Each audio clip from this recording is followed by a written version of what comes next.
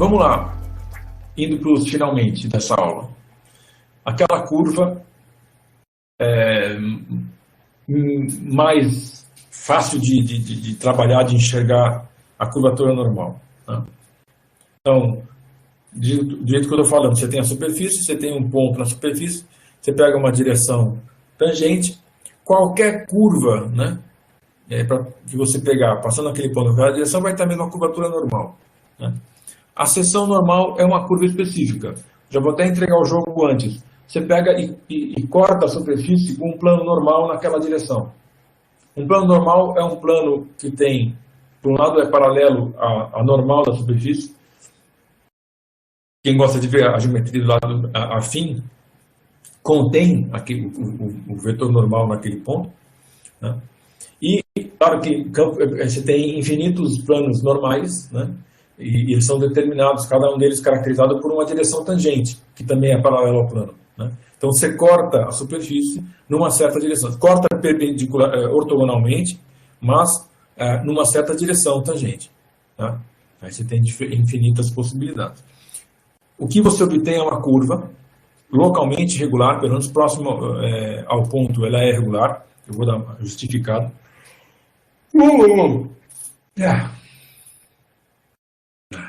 E nem é tarde, hein? Um pouco depois das 8. Você já escolheu de modo que a tangente tem aquela direção que você queria. Né? Então, a curvatura normal dessa curva é a mesma. Só que essa curva tem uma particularidade. Né? Eu vou até fazer um desenho. Tudo isso aqui vai estar escrito, tá? Fazer um desenho. Eu pego um ponto, pego uma direção tangente, considero o normal e pego esse plano. Tá? Ele vai cortar a superfície numa curva que, pelo menos localmente, ela é regular. E é uma curva plana, porque mora no plano, né? A intersecção do plano com a superfície. Então é uma curva plana. O vetor normal dessa curva, o normalzinho n, bom, nesse caso aqui está para baixo, depende do desenho que eu fizesse, poderia estar para cima também. Para cima, o nzinho, ou é o nzão, ou é menos o nzão. São dois vetores unitários e paralelos, então são iguais ou opostos. Então, na verdade, a curvatura normal, a menos de sinal, porque depende disso, o sinal, é a curvatura dessa curva. De repente ficou bem simples de enxergar a curvatura normal. Quando você pega essa curva. A curvatura normal, a menos de sinal, é a curvatura dessa curva.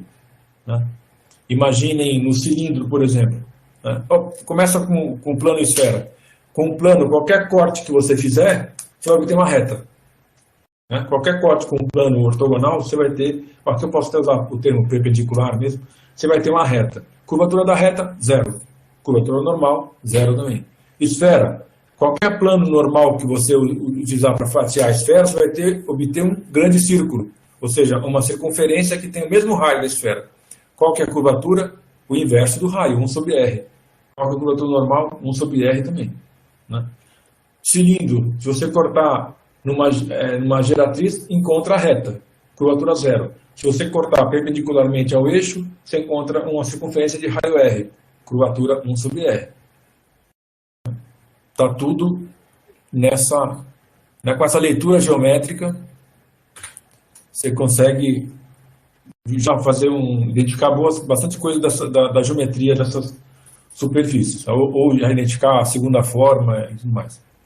Então vamos colocar no papel, por assim dizer, né? Papel. Pega a superfície, né, orientável, localmente orientável. Isso aqui é local, então tanto faz. Pega um ponto.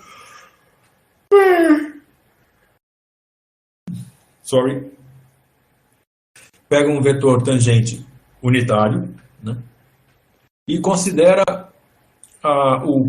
o plano, aqui um plano afim mesmo, o plano π agora é um plano afim.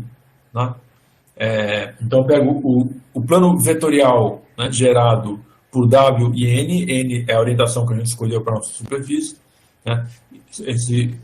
O espaço gerado por esses dois aqui é um plano tangente vetorial. Né? E eu considero ele o correspondente afim, que passa pelo ponto P. Essa notação aqui está querendo dizer isso, né? P mais o espaço vetorial é um plano vetorial, né? Um plano afim. Aí sim, é um plano que mora lá mesmo, especificamente num certo lugar do R3. Tá?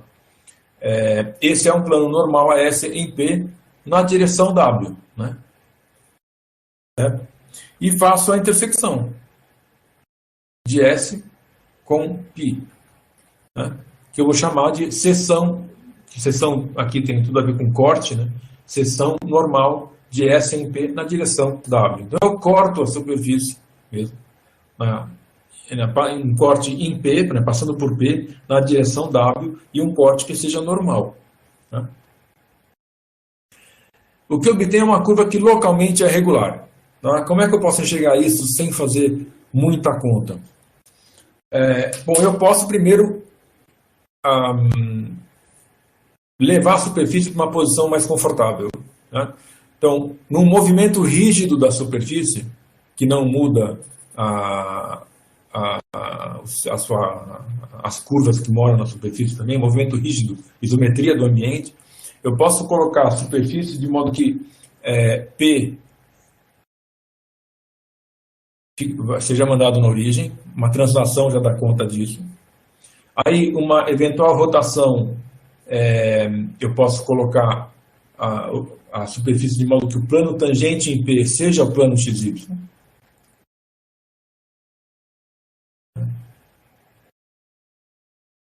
Seja exatamente esse plano.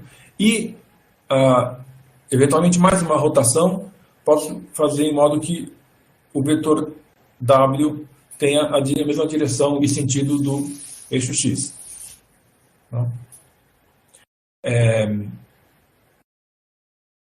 Perdão, né? Eu já podia ter falado antes, né?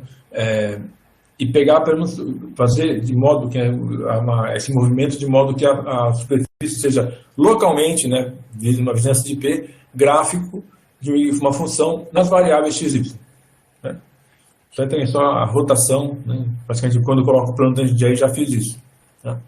Então, localmente, a superfície tem uma parametrização do tipo xy, f de xy. Né? Próximo à origem, que é onde está o ponto P, tem essa cara, a superfície. Né? Sei lá que função é essa, mas tampouco me interessa. Né?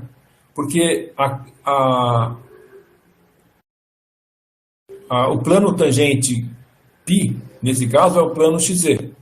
Né? Z é o normal nessa posição. Né?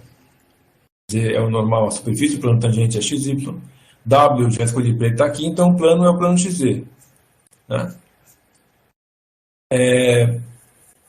Então aqui, basta eu ver que o campo coordenado tangente nessa direção, qual que é? É 1, 0, fx. Né? Certamente diferente de 0.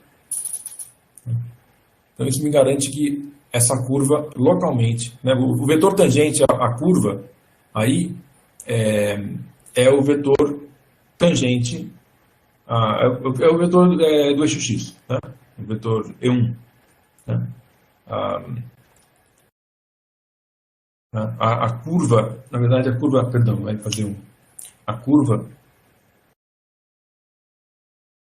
localmente, a curva alfa, localmente é x, 0, f de x, 0. Nesse plano aqui, y é 0. Então, alfa' é 1, 0, fx. É diferente de 0, então ela é regular. Numa vizinhança desse ponto, evidentemente. Ok? Faz sentido? Posso deletar isso aqui? Bom, tem um Ctrl Z, caso alguém se arrependa. Ok, essa curva é uma curva localmente regular, porque a gente está falando de local, então não é um problema. Pelo aquilo que eu falei já antes, é uma curva plana, né, que ela mora no plano π, e, consequentemente, o vetor normal de Frenet é um vetor paralelo a esse plano. Né? E como ele também é normal, ortogonal ao tangente à curva W, assim como N, então ele é paralelo a N. Como somos unitários, eles são ou iguais ou opostos. Isso caso, evidentemente, o N não seja nulo, né? Porque de repente essa curva é uma reta. Tá? Então, mas se for nulo, não vai ter nenhum problema também. Tá? Se não for nulo, ele é mais ou menos o normal. Ele é o normal da superfície a menos de sinal. Tá? Então, eu tenho essa propriedade. Que eu vou ler aqui, está escrita, mas eu vou ler. A curvatura que eu falei antes, né? A curvatura normal da superfície em P nessa direção é a menos de sinal a curvatura da seção normal de S em P na direção W. Tá? Ali, aquela expressão da curvatura normal, vou colocar o K fora de novo. Isso aqui é mais ou menos 1. Quando não for zero, né? Quando for zero, também é 0 igual a 0. Né? A curvatura normal é 0, a curvatura é 0, 0 igual a 0. Tá? Não deixa de ser válida a coisa. Mas isso aqui é mais ou menos 1. Tá? Então, a curvatura normal é a curvatura da curva a menos de sinal. Sinal depende da orientação. Se trocar a orientação, troca o sinal. Então, essa é uma maneira que, em geral, facilita para a gente enxergar como é que são essas curvaturas normais. Tá? E, já adiantando, os principais invariantes que a gente vai estudar, que é a curvatura de Gauss, esse é muito importante, e a curvatura média, são descritas em função das curvaturas normais, duas delas em particular. Tá? As curvaturas nas direções dos autovetores. Tá? Essas curvaturas normais são particularmente importantes. Vão resultar ser o valor máximo e mínimo de curvatura normal naquele ponto, e a partir desses valores, a gente vai definir essas curvaturas de Gauss e curvatura média. Exemplos, aqueles três que eu até comentei. Opa, não era para fazer tudo isso, caramba. O que eu estou fazendo? Ficando doido aqui. Vai, meu filho, anda para baixo. Isso, e tira esse exemplo que eu vou fazer daqui a pouco. O último exemplo da aula. Aqueles três exemplos que a gente viu antes, eu acabei já comentando, né? Seções normais num plano são todas retas, seções normais numa esfera são grandes círculos, e seções normais num cilindro tem, né, diferença, pode ser elipses, essas aí são mais chatinhas, mas essas duas seções normais que a gente usou antes, né, as direções que a gente considerou antes, dá aquelas mesmas informações, né, uma reta ou uma circunferência. Se eu cortar para cá, vai dar uma elipse aí,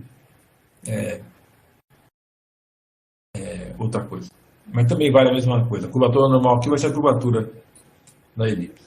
Mas um exemplo um pouquinho diferente, só para também colocar uma situação que pode ser não muito intuitiva, né?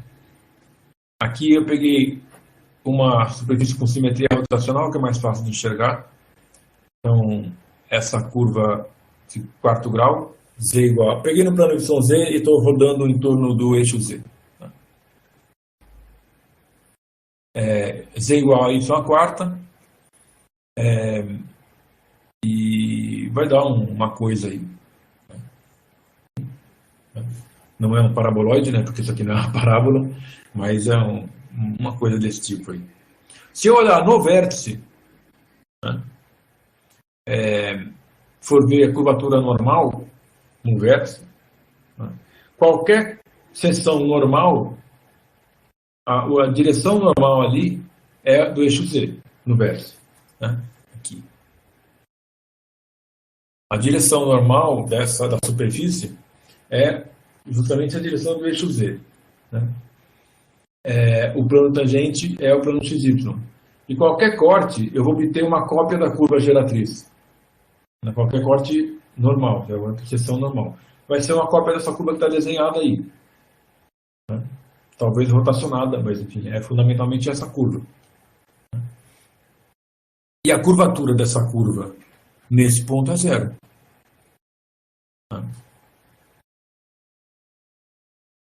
Daí por isso que eu coloquei quarto grau para dar zero também a segunda derivada. Mas, então assim, curvatura normal zero, como acontece no plano, qualquer direção que você olhar, você está nesse ponto, qualquer direção que você olhar, a curvatura normal é zero. É alguma coisa que acontece no plano, né? Mas o plano, ele é compatível com a ideia que a gente tem de curvatura zero, né? Coisa que não tem curvatura. Então, cuidado, aqui a curvatura normal é zero, em qualquer direção que você olhar nesse ponto, mas a superfície está longe de não ser curva, né? Então, aqui é uma particularidade, né, uma situação... Claro, é só você sair um pouquinho desse ponto e já vai ter, você vai sentir curvatura, né? Curvatura normal, você vai detectar.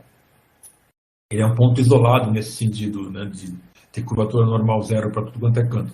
Mas é uma superfície curva, né, não tem dúvida que ela é curva, que ela está curvada, né, e num ponto a curvatura normal é zero. Tá bom? Só para dar um exemplo que sai um pouco do clássico e de repente mostra uma situação menos intuitiva, né, digamos assim.